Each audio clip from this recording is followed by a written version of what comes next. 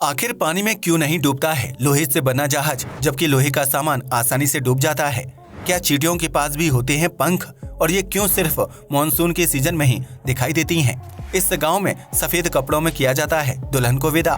सालों से निभाई जा रही है शादी की अनोखी रस्म। पीएम मोदी के हवाई जहाज की सीट क्यों होती है उल्टी? वजह जानकर हैरान रह जाएंगे आप। और गर्लफ्रेंड को देखने के लिए बनाया था ऐप, आज जूम के नाम से दुनिया भर में है मशहूर। जाने देश और दुनिया से जुड़े कुछ अमेजिंग फैक्ट्स। फैक्ट नंबर 1, अगर आप नौकरी पेशा हैं तो आपने जूम ऐप का नाम जरूर सुना होगा, जिसकी मदद से कोरोना काल के दौरान वीडियो कॉल पर क्लास और मीटिंग होती थी। लेकिन क्या आप जानते हैं कि इस जूम ऐप को बनाने के पीछे एक लव स्टोरी है जिसने करोड़ों की कंपनी खड़ी कर दी थी। जूम ऐप के मालिक का नाम एरिक युआन है, जिनका जन्म साल 1970 में हुआ था। ऐसे में 27 वर्षीय एरिक युआन सिलिकॉन वैली में नौकरी करने के लिए जापान से अमेरिका जा पहुंचे थे, जहां उन्होंने बतौर प्रोग्रामर अपनी नई जॉब शुरू की थी।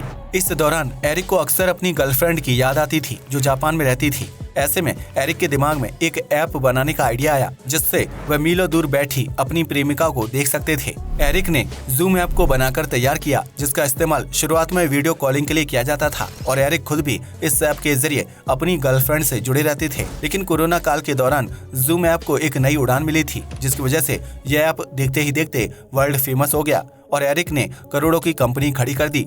जिस गर्लफ्रेंड के लिए एरिक ने जूम ऐप बनाया था वो आज उनकी पत्नी है, जबकि एरिक का नाम दुनिया के सबसे अमीर लोगों की लिस्ट में शामिल है।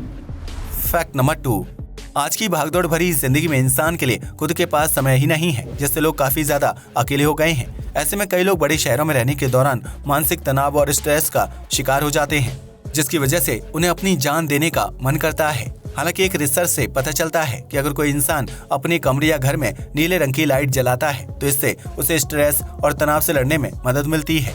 दरअसल नीला रंग आंखों को शांति देता है, जिससे दिमाग में चल रही हलचल और हार्मोन्स का डिसबैलेंस सुधर जाता है। ऐसे में इंसान के मन में अपनी जान देने का ख्याल नहीं होता है और वह अंदर ही अंदर शांत महसूस करने लगता है। यही वजह है कि बहुत से क्लब, रेस्टोरेंट्स और पब्लिक एरिया में धीमी नीले रंग की लाइट जलती है, जबकि एरोप्लेन में भी लैंडिंग और टेक ऑफ के वक्त नीले रंग की बत्ती जलाई जाती है।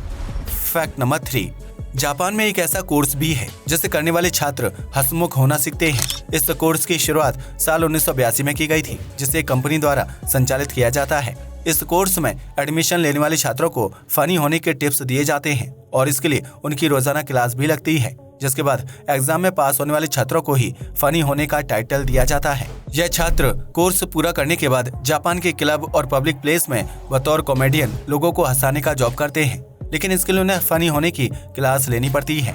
जापान में हर साल लगभग 1000 छात्र कॉमेडियन बनने के लिए इस कोर्स में एडमिशन लेते हैं, लेकिन उनमें से सिर्फ चंद छात्र ही एग्जाम को पास करने में सफल हो पाते हैं। दरअसल जापान के लोगों का लाइफ स्टाइल बहुत ही बिजी और तनाव भरा होता है, जिसकी वजह से कई लोग हफ्तों हफ्तों तक हंसते या मुस्कुराते नहीं हैं। ऐसे में यह लोग हंसने के लिए कॉमेडी शो में जाते हैं, जहां उन्हें हंसाने वाले कॉमेडियन को बेहद फनी बनना पड़ता है और शो में शामिल लोगों को किसी भी कीमत पर हंसना होता है। जापान के इस फैक्ट के बारे में जानने के बाद लगता है कि वहाँ के लोगों के लिए हंसना और हंसाना कितना मुश्किल काम है।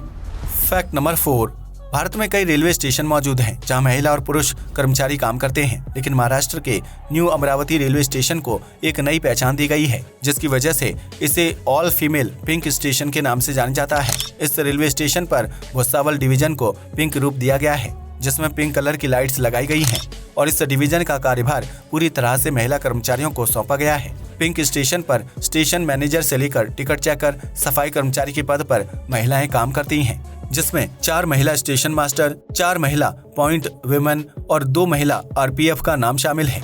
इस स्टेशन पर सभी तरह के कार्य महिलाओं द्वारा संपन्न किए जाते हैं, जो महिलाओं को सशक्त बनाने की तरफ एक अहम पड़ाव है। इस डिवीजन में महिलाएं रात के समय सफर करने में सुरक्षित महसूस करती हैं, क्योंकि उन्हें चारों तरफ महिला कर्मचारी दिखाई देती हैं।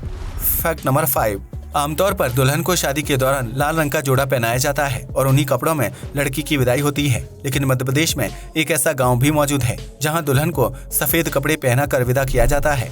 इस गांव का नाम भीम डोंगरी है, जहां आदिवासी समाज से ताल्लुक रखने वाले लोगों की संख्या सबसे ज्यादा है। भीम डोंगरी गांव के लोग शादी को लेकर एक अनोखा रिवाज मानते हैं, जिसके तहत दुल्हन समेत घर के सभी लोग और मेहमान सफेद कपड़े पहनते हैं। दरअसल इस गांव के लोग गोंडी धर्म को मानते हैं, जिसके अनुसार सफेद रंग के कपड़ों को पवित्रता और शुद्धता का प्रतीक माना जाता है। ऐसे में दुल्हन को शादी के दौरान सफेद रंग के कपड़े पहनाए जाते हैं क्योंकि वह नए जीवन की शुरुआत करती है। इसके अलावा भीम डोंगरी की महिलाएं किसी भी शुभ कार्य और पूजा पाठ के दौरान भी सफेद रंग की साड़ी पहनती हैं, जबकि पुरुष सफेद रंग की धोती और कुर्ता पहनते हैं। माना जाता है कि सफेद रंग के कपड़ों में दुल्हन की विदाई करने पर उसका जीवन खुशहाली से गुजरता है। वहीं अगर लड़की को लाल या किसी अन्य रंग के कपड़ों में विदा किया जाएगा तो उसे वैवाहिक जीवन में मानसिक और शारीरिक कष्ट झेलना पड़ सकता है।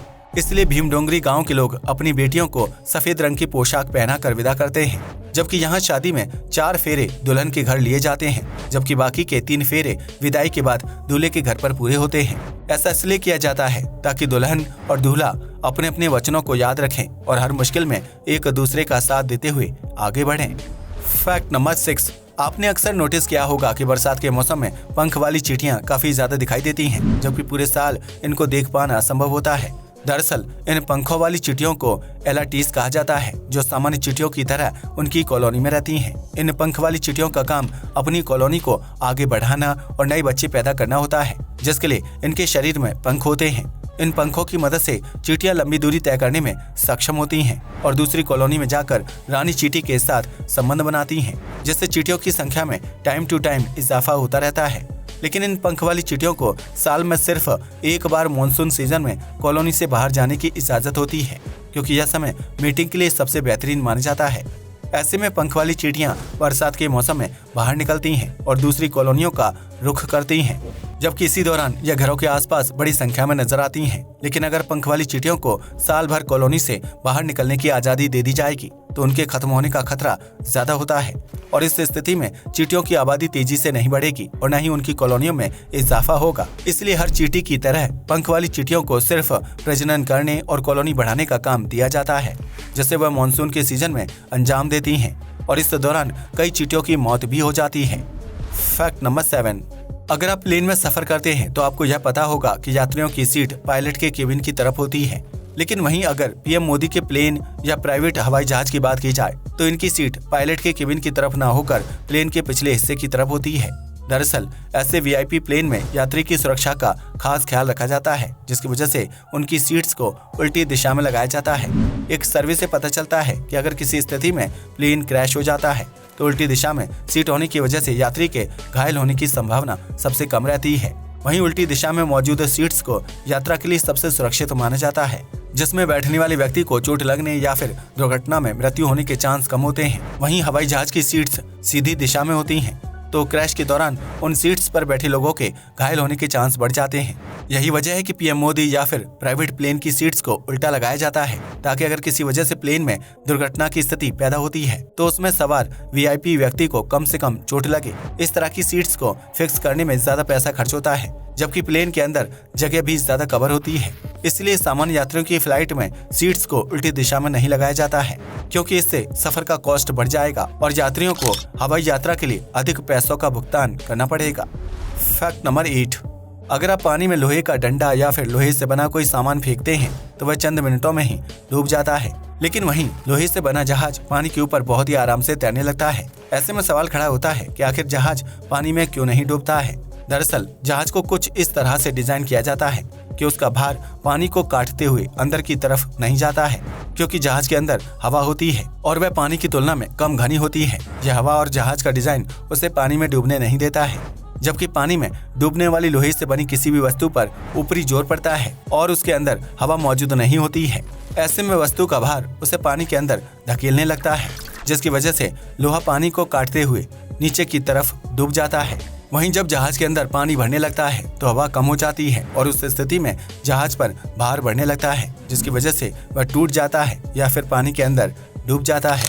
आज के लिए बस इतना ही। वीडियो पसंद आया हो तो इसे लाइक और शेयर करें। धन्यवाद।